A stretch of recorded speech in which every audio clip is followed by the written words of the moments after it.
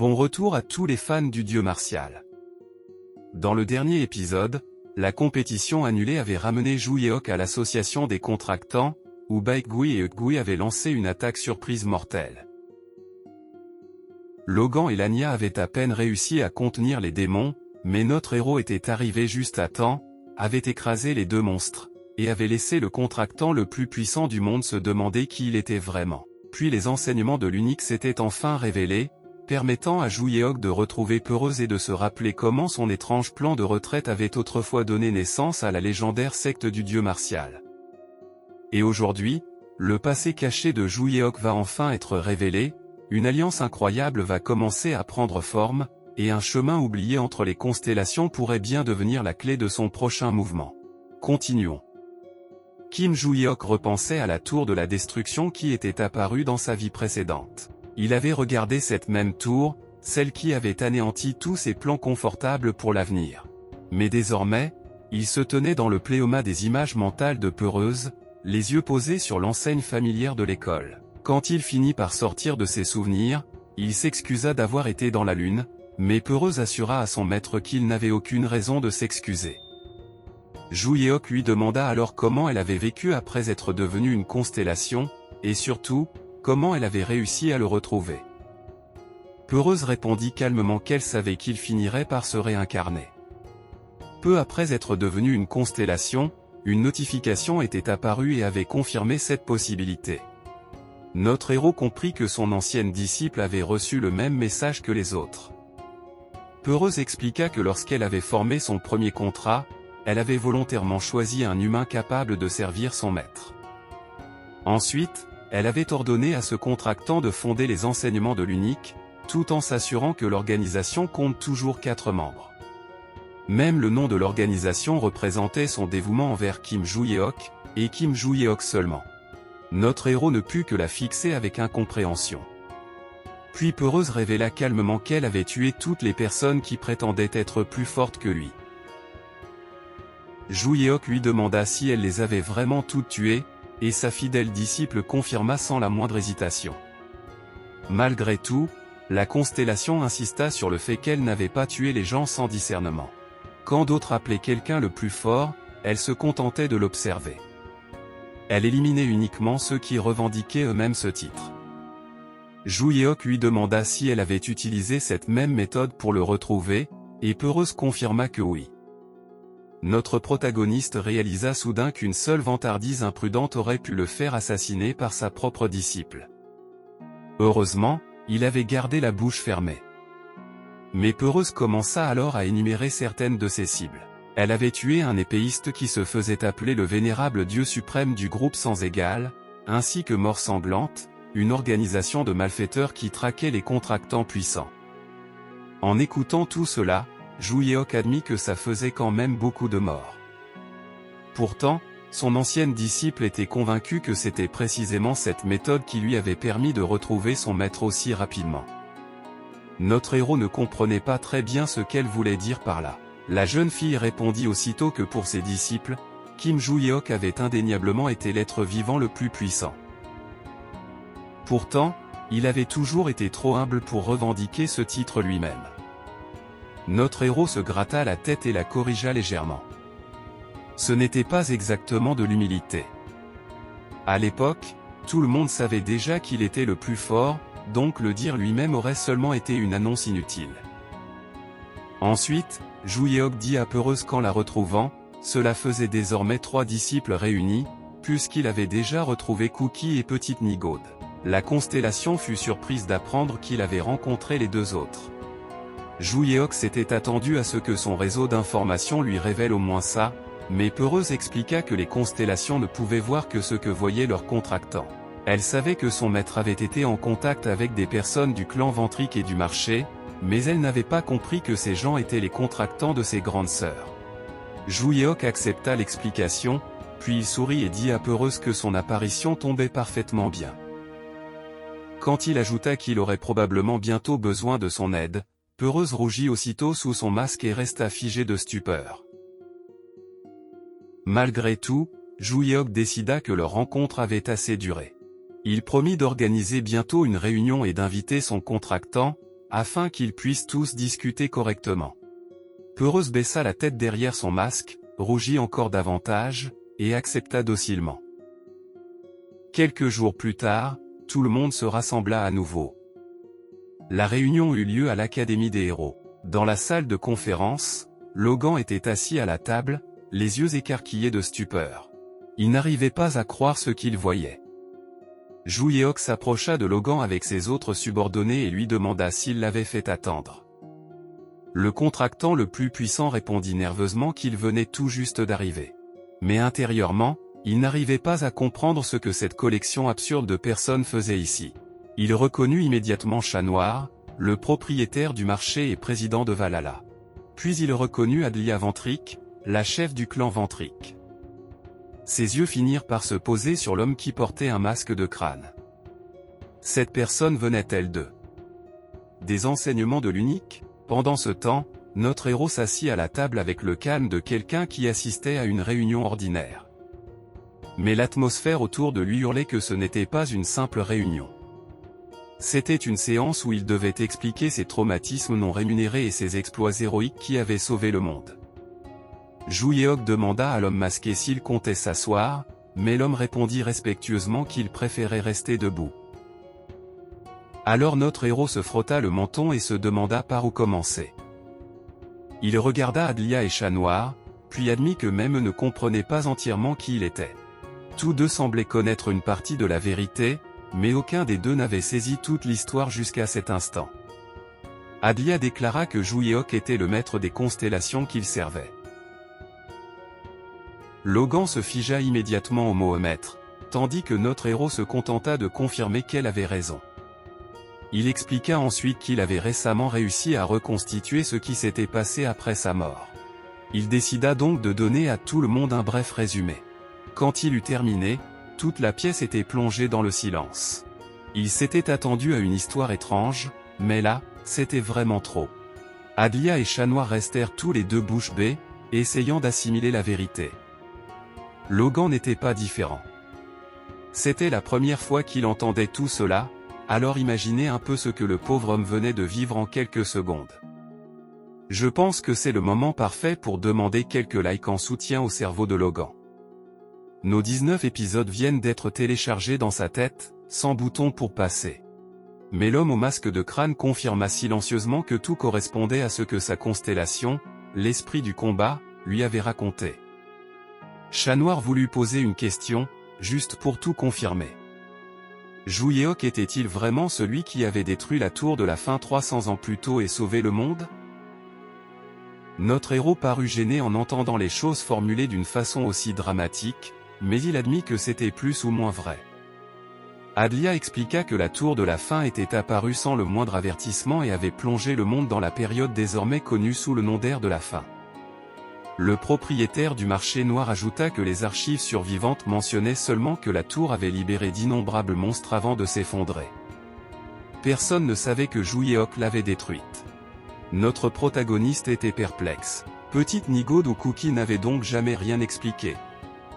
La vice-chef du clan Ventric admit que la seule fois où elle avait communiqué directement avec Masque de Bec, Ju-Yeok était présent. Quant à Cookie, Chat Noir lui avait demandé des informations sur la tour de la fin. Mais la souveraine de l'autre côté se souvenait seulement y être entrée avec son maître. Cela donna un autre indice à Ju-Yeok. Ses disciples semblaient avoir perdu leur souvenir des instants précédant leur transformation en constellation. Malgré tout, maintenant qu'il l'avait retrouvé, ses souvenirs pourraient revenir peu à peu. Notre héros continua en expliquant que la plupart des guerriers célèbres de cette époque étaient finalement devenus des constellations. C'était probablement pour cette raison que les constellations n'étaient apparues qu'après l'ère de la fin. Adlia comprit ce que cela signifiait. La majorité des constellations modernes étaient autrefois des personnes mortes durant cette période. Chat Noir comprit immédiatement pourquoi les constellations réagissaient si fortement aux reliques de l'ère de la fin. Ces objets étaient liés à leurs vies oubliées. Puis Ju-Yeok répéta l'avertissement qu'il avait déjà donné. La personne qui avait créé la tour de la fin était revenue, et elle provoquait désormais des calamités ou envoyait des constellations attaquer les humains. Et pire encore, tôt ou tard, la tour de la fin elle-même réapparaîtrait dans leur monde. Logan n'arrivait pas à y croire. Il demanda rapidement si la tour allait vraiment revenir.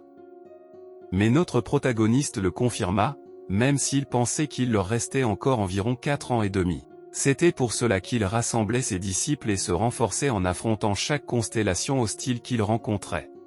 Il serra le poing. Cette fois, Juyeok comptait détruire complètement la tour de la fin et réduire les dégâts au minimum, afin qu'elle ne puisse plus jamais créer une autre ère de la fin. Logan admit qu'il avait du mal à croire toute cette histoire. Kim Juyeok comprenait pourquoi. Le contractant le plus puissant expliqua qu'il avait interrogé sa propre constellation au sujet de Juyeok. D'après Monk, Juyeok avait été un guerrier célèbre d'il y a 300 ans, connu sous le nom de dieu des arts martiaux. Monk avait également révélé que Juyeok l'avait autrefois sauvé et lui avait personnellement enseigné le point unique. Notre héros ne se souvenait pas précisément de cet incident. Puis Logan baissa la tête et resta silencieux un instant. Juste après, il regarda directement notre protagoniste et prononça son nom. Juyeok lui répondit avec des contractions. Logan se leva de sa chaise en serrant les poings et demanda si notre héros accepterait de s'entraîner avec lui, s'il était vraiment le dieu des arts martiaux d'il y a 300 ans. Juyeok sourit tranquillement et accepta aussitôt. De toute façon, il s'attendait déjà à ce genre de réaction. Peu après, il se trouvait déjà dans la zone d'entraînement de l'Académie des héros, debout face à face. Non loin de là, Adlia les fixait avec incrédulité. Comment la réunion avait-elle pu se transformer aussi vite en un nouveau combat? Chat Noir comprenait le raisonnement de Logan. Apprendre qu'un lycéen était en réalité un héros d'il y a 300 ans et le maître de sa constellation était complètement absurde. Les témoignages et les preuves avaient peut-être convaincu Logan intellectuellement, mais il avait encore du mal à accepter la vérité. C'était pourquoi il voulait affronter Kim Juyeok en personne. Il devait déterminer si le protagoniste n'était qu'un lycéen puissant, ou s'il était vraiment quelqu'un venu de cette époque ancienne. Sur ces mots, Logan s'élança et lança le premier coup de poing. Juyeok l'accueillit de face avec enthousiasme. Leurs poings s'entrechoquèrent avec assez de force pour libérer une onde de choc massive dans toute l'installation d'entraînement. Adlia et Chat Noir se protégèrent le visage contre la violente rafale qui éclata après l'impact. Pendant ce temps, l'explosion fit glisser la capuche de l'homme au masque de crâne. La réunion stratégique venait officiellement de devenir une catastrophe naturelle. Ailleurs, dans le bureau du président de l'Académie des héros, Beck entendit l'impact tonitruant. Le directeur regarda vers le stade et se demanda si l'Académie était encore attaquée. Puis il se rappela que Logan avait mentionné son intention d'inviter plusieurs personnes à l'Académie ce jour-là. Quand Beck lui avait demandé qui étaient ses invités, le contractant le plus puissant avait refusé de révéler leur identité. Cependant, Logan l'avait averti de ne pas paniquer s'il entendait un grand bruit, parce que ce serait probablement de sa faute. De retour dans le présent, Beck se disait qu'il faisait entièrement confiance à Logan, mais cette confiance était actuellement mise à l'épreuve par les ondes de choc magique qui secouaient son bâtiment. Alors naturellement, il ne pouvait s'empêcher de se demander qui diable Logan avait invité. Pendant ce temps, dans le stade, notre héros souriait comme si ce duel contre l'homme le plus puissant de cette époque était simplement amusant. Mais en face de lui, Logan n'avait pas l'air aussi à l'aise. Il jura tandis que son poing tremblait sous l'effet de la collision.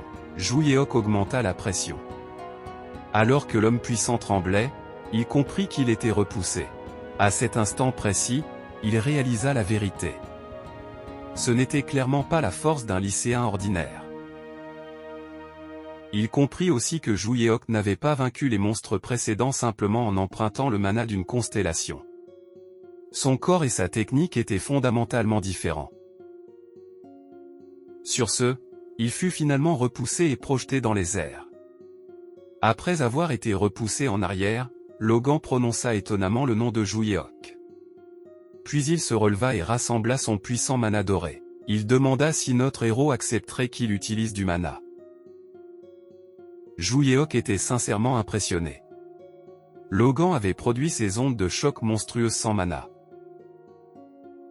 Malgré tout, il dit au contractant numéro 1 de faire ce qu'il voulait. Puis notre protagoniste esquissa un sourire et annonça qu'il continuerait lui-même à se battre sans mana. Après tout, il devait bien cultiver un peu d'aura. Logan accepta le défi, même si son expression disait clairement que Juyeok venait de rendre les choses personnelles. Le sol se fissura sous les pieds de Logan lorsqu'il chargea et lança un coup de coude dévastateur. Cependant, Juyeok bloqua l'attaque avec ses deux avant-bras. Après avoir retrouvé son équilibre, il admit que l'attaque était lourde.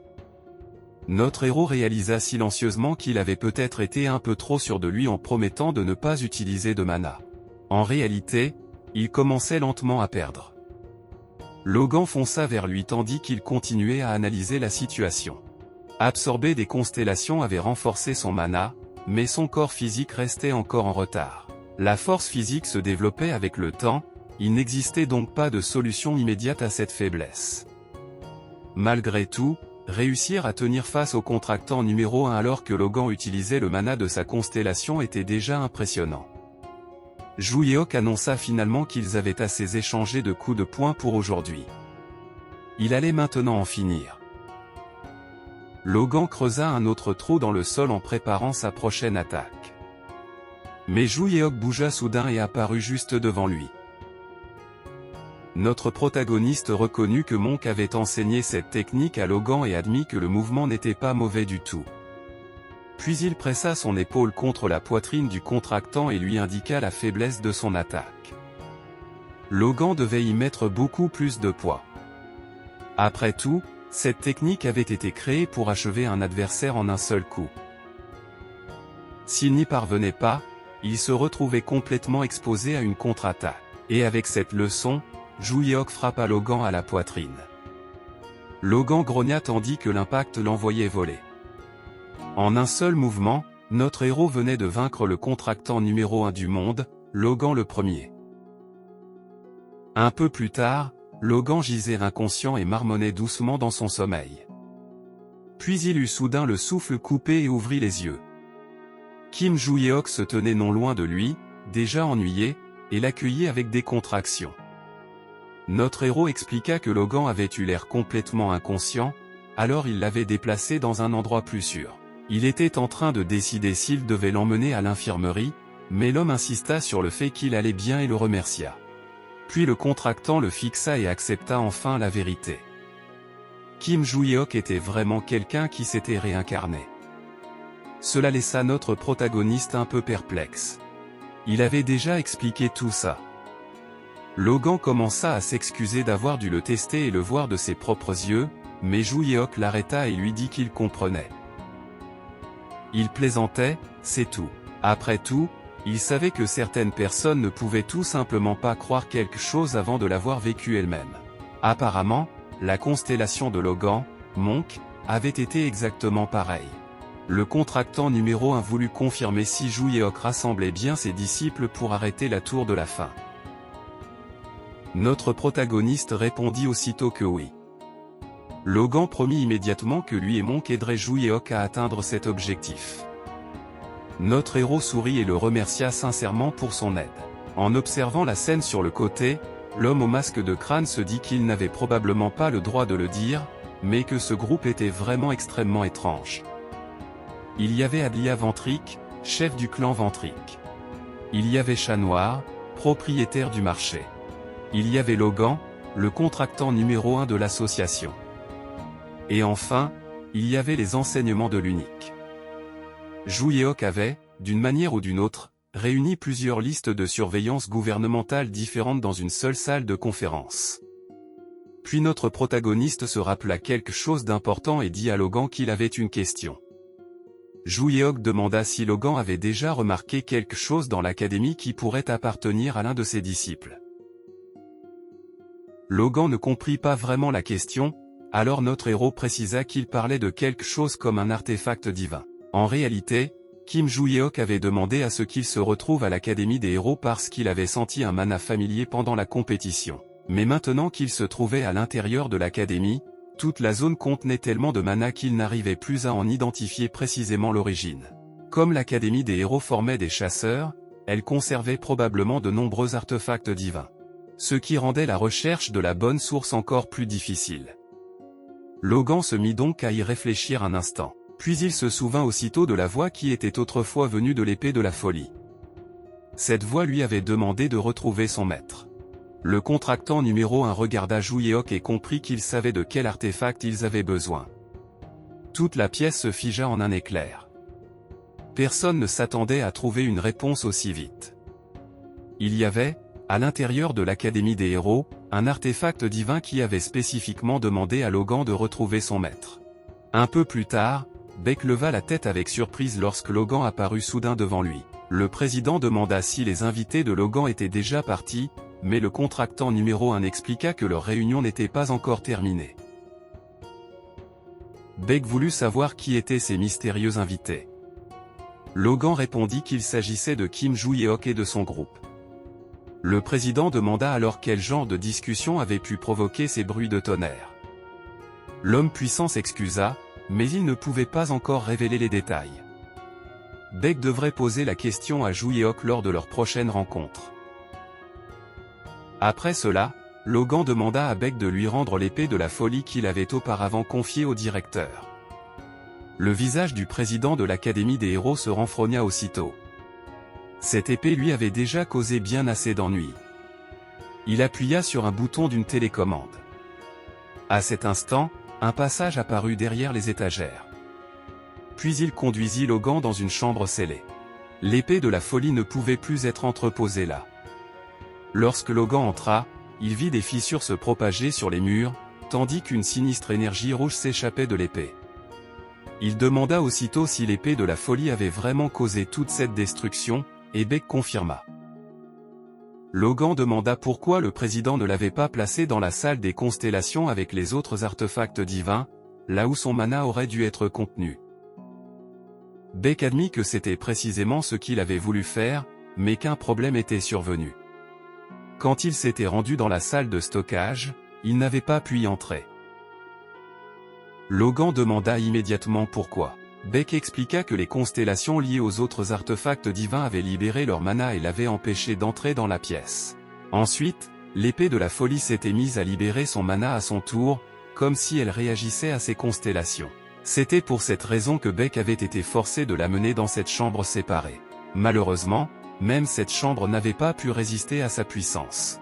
L'énergie sinistre qui émanait de l'épée détruisait la pièce malgré tous les sorts de confinement du mana que Beck plaçait autour d'elle. Le président de l'Académie des héros avait déjà prévu de discuter de la façon dont il devrait se débarrasser de l'épée, mais il ne s'attendait pas à ce que Logan vienne la chercher en personne. Le puissant contractant demanda si son ami avait lui aussi entendu l'épée lui dire de retrouver son maître. Beck ne se souvenait pas avoir entendu une chose aussi étrange. En fait, il n'avait plus entendu la moindre voix venant de l'épée depuis qu'elle avait commencé à se comporter ainsi. Logan accepta cette réponse, puis s'approcha de la lame tandis que le président, inquiet, l'appelait par son nom et lui disait de faire attention avec l'épée. Malgré tout, l'homme s'approcha de l'épée de la folie et la prit. Il la tint calmement dans sa main en l'observant. Tout à coup, son énergie sinistre disparut complètement. Beck la fixa avec incrédulité et demanda ce qui venait de se passer. Mais qu'est-ce qui se passait ici, bon sang ? Logan admit qu'il n'en était pas vraiment sûr non plus. Malgré tout, il déclara qu'il emporterait l'épée avec lui. Beck fut stupéfait, parce que Logan était censé être encore en pleine réunion. Le plus drôle, c'est que cette réunion était justement l'endroit où Logan comptait l'emmener. Beck ne put que demander quel genre de réunion avait besoin d'un artefact divin instable. Mais Logan s'excusa et commença à repartir par le passage secret. Il promit que son cher ami comprendrait tout plus tard. Le président soupira. Le contractant numéro 1 était aussi têtu que d'habitude, mais il tenait toujours ses promesses. Alors Beck décida une fois de plus de lui faire confiance. Lorsque Logan revint dans la salle de conférence avec l'épée, il annonça qu'il l'avait trouvée. Juyeok examina l'épée de la folie et remarqua aussitôt quelque chose d'étrange. Il ne sentait aucun mana venir d'elle. Logan expliqua donc que sa puissance s'était calmée au moment même où il l'avait saisie. L'épée s'était comportée de la même manière lorsqu'il l'avait amenée pour la première fois à l'Académie des héros. La curiosité de Kim Joo-yeok grandit encore. Cependant, Logan expliqua que l'épée avait parfois placé une voix dans sa tête pour lui dire de retrouver son maître. Joo-yeok prit l'arme et tenta d'entrer dans son royaume mental, mais il ressentit quelque chose d'inattendu. Il ouvrit les yeux et annonça qu'il ne pouvait pas entrer dans son royaume mental. Adlia le fixa avec incompréhension. Notre héros admit qu'il ne savait pas grand-chose au fonctionnement de ce genre de choses, puis demanda si cela arrivait parfois. La femme blonde expliqua que pour entrer dans le royaume mental d'une constellation, il fallait son consentement. Si la constellation refusait de laisser quelqu'un entrer, cette personne ne pouvait tout simplement pas y accéder. Joo-yeok fronça les sourcils. Peu importe qui possédait l'épée de la folie, cette personne le rejetait activement. Il demanda donc à Brass si l'épée contenait bien le même mana familier qu'il avait remarqué plus tôt. Dans son propre royaume mental, Brass confirma. L'énergie était faible, mais c'était bel et bien la même. Joo-yeok demanda alors si Brass connaissait un autre moyen d'entrer. Après un bref instant de réflexion, la constellation rappela à Yeon quelque chose qu'il avait déjà mentionné auparavant. Notre héros lui demanda directement ce qu'il voulait dire. Brass lui rappela qu'une porte mystérieuse était autrefois apparue dans son royaume mental. Joo-yeok s'en souvenait. La constellation avait dit qu'en ouvrant cette porte, il avait été conduit dans un espace rempli de nombreuses constellations. Mais Brass se souvenait maintenant que sa porte n'était pas la seule à s'y trouver. Une porte différente se dressait derrière chaque constellation, et chacune semblait ramener au royaume mental personnel de cette constellation. Il supposa donc que s'il pouvait entrer dans cet espace par sa propre porte, Joo-yeok pourrait peut-être utiliser les autres portes pour entrer dans les royaumes mentaux de différentes constellations. Notre protagoniste admit que la théorie tenait debout, mais qu'il y avait un énorme problème. Brass lui demanda alors quel était ce problème. Après que la constellation lui avait décrit les portes pour la première fois, Joo-yeok avait interrogé les gens autour de lui. Malheureusement, aucun d'eux ne savait quoi que ce soit à ce sujet. Pendant ce temps, Adlia et Chat Noir ne pouvaient que regarder notre héros discuter en silence avec quelqu'un qu'ils ne voyaient pas. Brass dit que c'était compréhensible. Cet événement s'était produit il y a très longtemps et n'avait duré qu'un court instant, donc beaucoup de constellations n'en avaient peut-être jamais entendu parler. Quant aux humains modernes, il était évident qu'ils n'avaient pas pu en faire l'expérience. Joo-yeok décida donc qu'il devait parler à quelqu'un qui en savait davantage sur l'ancien système des constellations. La seule question était, qui ? À qui pouvait-il bien demander ça ? Puis notre héros se rappela soudain le candidat parfait. Comme il ne pouvait plus accomplir grand-chose ce jour-là, Joo-yeok mit fin à la réunion et dit à tout le monde qu'il pouvait rentrer. Tous obéirent aussitôt à ses instructions. Il savait déjà qu'il préparait quelque chose, mais avant qu'il ne se sépare, il se tourna vers le représentant des enseignements de l'Unique et lui demanda maladroitement son nom. L'homme masqué expliqua qu'ils n'étaient que les protecteurs anonymes de leur professeur, donc Joo-yeok pouvait l'appeler comme il le souhaitait. Notre protagoniste marqua une pause et se souvint des 4 membres agenouillés devant lui, le saluant comme leur chef. Après un moment de réflexion, il désigna l'homme et déclara qu'à partir de ce jour, son nom serait Avant-Garde. L'homme masqué resta sans voix, mais accepta malgré tout ce nouveau nom sans poser la moindre question. Joo-yeok ordonna à Avant-Garde de repartir avec Adlia et Chat Noir pour que leur constellation puisse discuter. Peureuse serait probablement heureuse de revoir ses grandes sœurs. Une fois tout réglé, notre héros annonça qu'il était temps de partir, et tout le monde accepta. Quelques jours plus tard, Joo-yeok organisa une autre rencontre. La guide aux cheveux rouges l'accueillit chaleureusement en disant que cela faisait longtemps. Mais notre héros voulait aller droit au but. Depuis qu'il avait appris que toutes les constellations du 2e étage étaient descendues, il était sur les nerfs. Il les avait absorbées chaque fois qu'il en avait trouvé, mais la situation restait dangereuse. La guide rit et s'excusa. Malgré tout, Joo-yeok admit que l'anneau qu'elle lui avait donné l'avait rendu beaucoup plus fort, alors il lui en était reconnaissant. Plus important encore, il était tombé sur la guide au moment parfait. Cela surprit un peu la guide aux cheveux rouges. Jouyeok lui demanda si elle savait quelque chose sur les portes menant à l'espace où les constellations se rassemblaient autrefois. Après avoir entendu son explication, la guide comprit qu'il parlait de la reine. Pourtant, Kim Jouyeok n'avait jamais entendu ce nom auparavant. Elle sourit et expliqua que peu après la création des constellations, le maître du labyrinthe avait construit un espace spécial. Le seul moyen d'y entrer était de passer par les portes situées dans les pléomas des images mentales des constellations. Cet espace était connu sous le nom d'arène. Quand Jouyeok demanda pourquoi elle existait, la guide lui donna une réponse extrêmement simple. Elle avait été créée pour que les constellations puissent s'affronter entre elles. Même si les constellations avaient perdu leur nom d'origine, elles pouvaient encore obtenir de nouveaux titres. Jouyeok demanda si elle parlait de titres comme la souveraine de l'autre côté, et la guide confirma aussitôt. Ces titres devenaient une partie du nom de la constellation et leur permettaient de gagner en puissance selon leur performance. Le maître du labyrinthe avait créé l'arène pour renforcer la puissance contenue dans ces titres. Cependant, Jouyeok avait entendu dire que l'arène avait disparu assez rapidement. La guide posa un doigt contre sa joue et acquiesça. Apparemment, l'arène n'avait pas produit le résultat que le maître du labyrinthe espérait, même si elle n'en connaissait pas la raison exacte. Jouyeok croisa les bras. Si le maître du labyrinthe avait créé puis fermé l'arène, la rouvrir serait compliqué. Notre héros avait prévu de demander un moyen d'y entrer, mais maintenant, il semblait devoir s'occuper d'abord du maître du labyrinthe. Cependant, la guide le corrigea. Le maître du labyrinthe n'avait pas ouvert l'arène lui-même. À la place, il avait ordonné à une constellation de le faire en son nom. Puis elle révéla pourquoi elle avait fait venir Jouyeok en premier lieu. Elle avait retrouvé cette constellation, ainsi que toutes les constellations descendues du deuxième étage de la tour de la destruction. Les yeux de notre protagoniste brillèrent. Le timing était vraiment parfait, alors il lui demanda de tout lui raconter.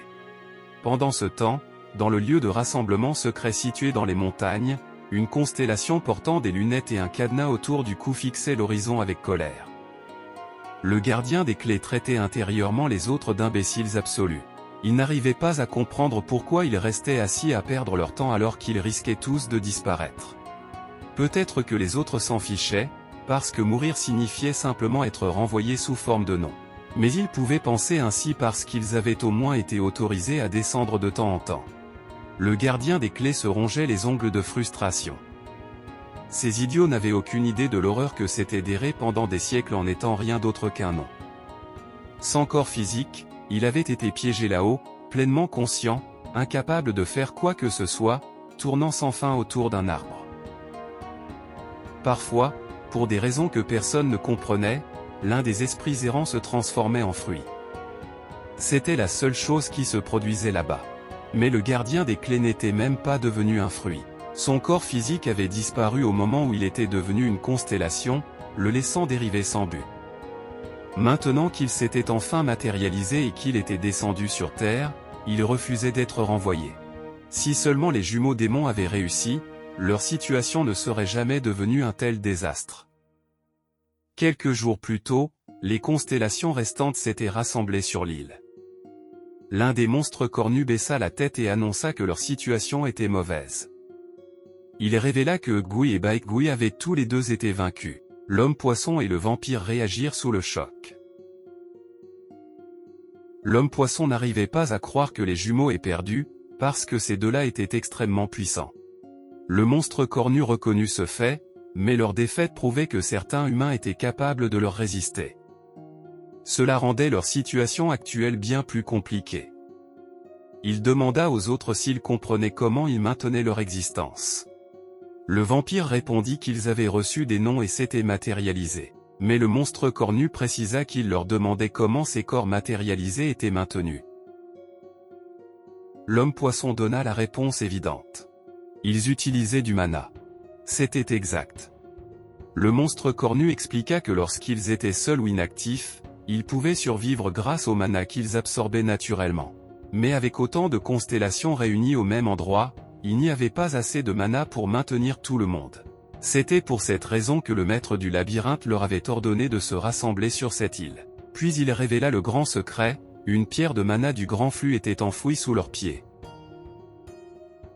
Plusieurs monstres comprirent enfin pourquoi ils sentaient autant de mana autour de l'île. Tout venait de cette pierre. Le gardien des clés se glissa entre les monstres et regarda le sol avec surprise. Il y avait une pierre de mana du grand flux sous eux. Le vampire ne comprenait toujours pas le problème.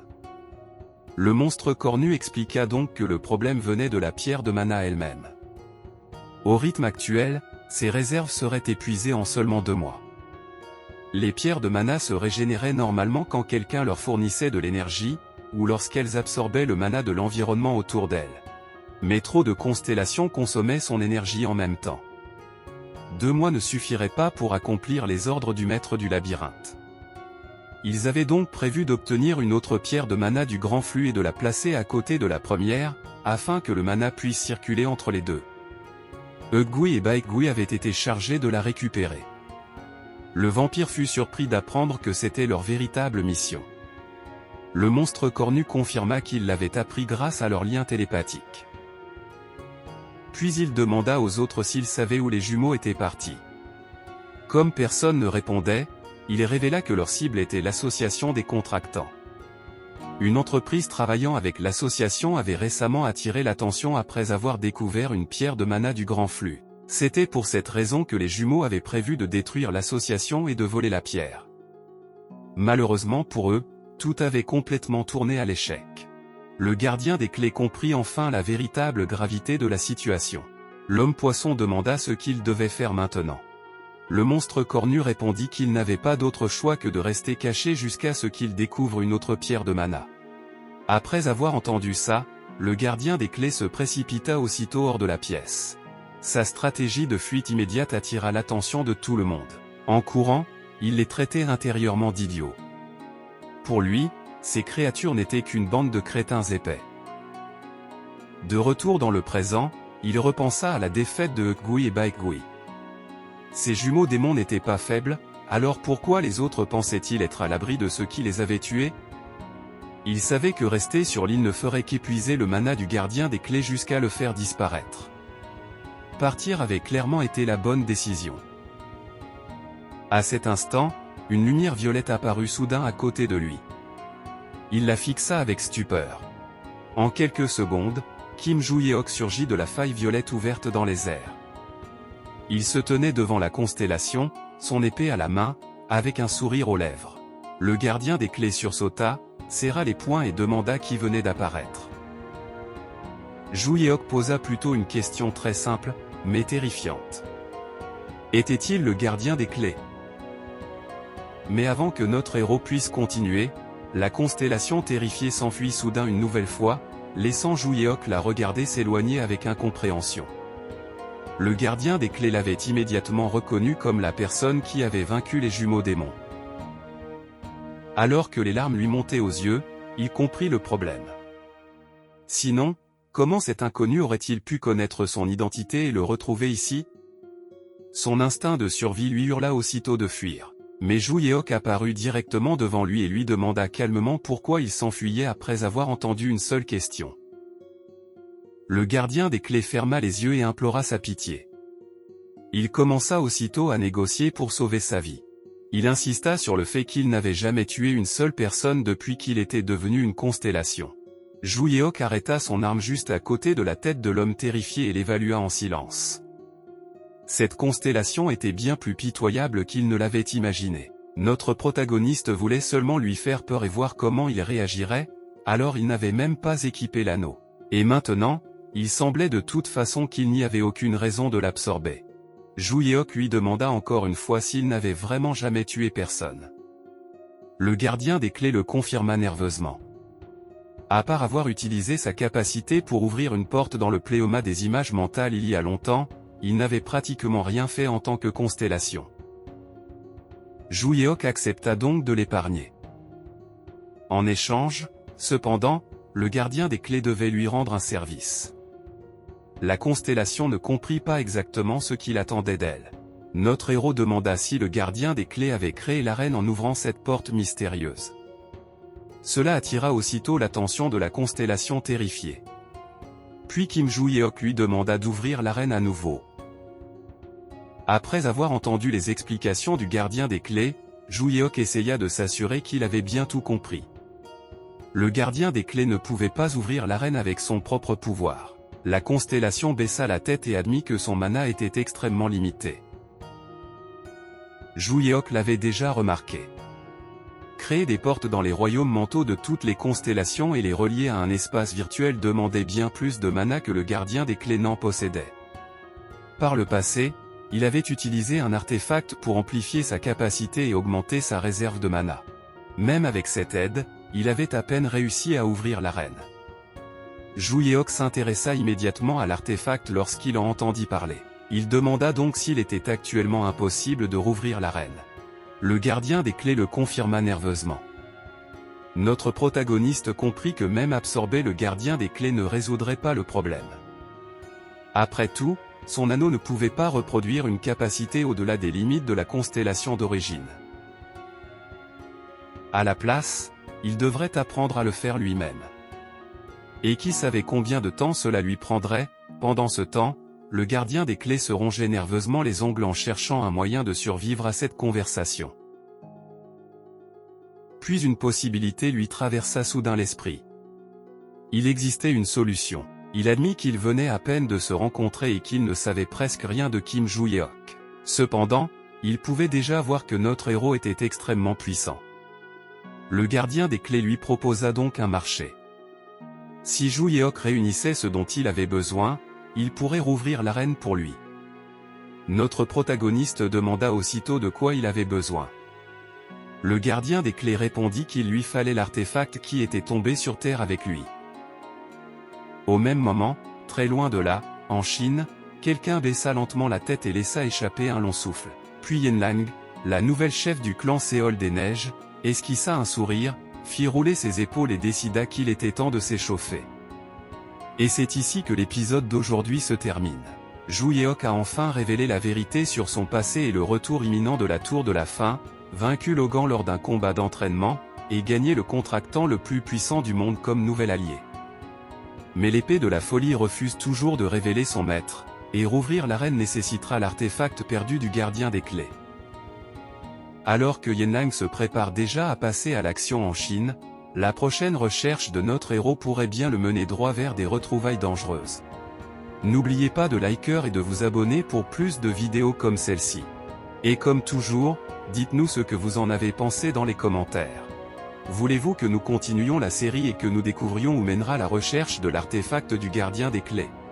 Merci d'avoir regardé, et on se retrouve dans le prochain épisode.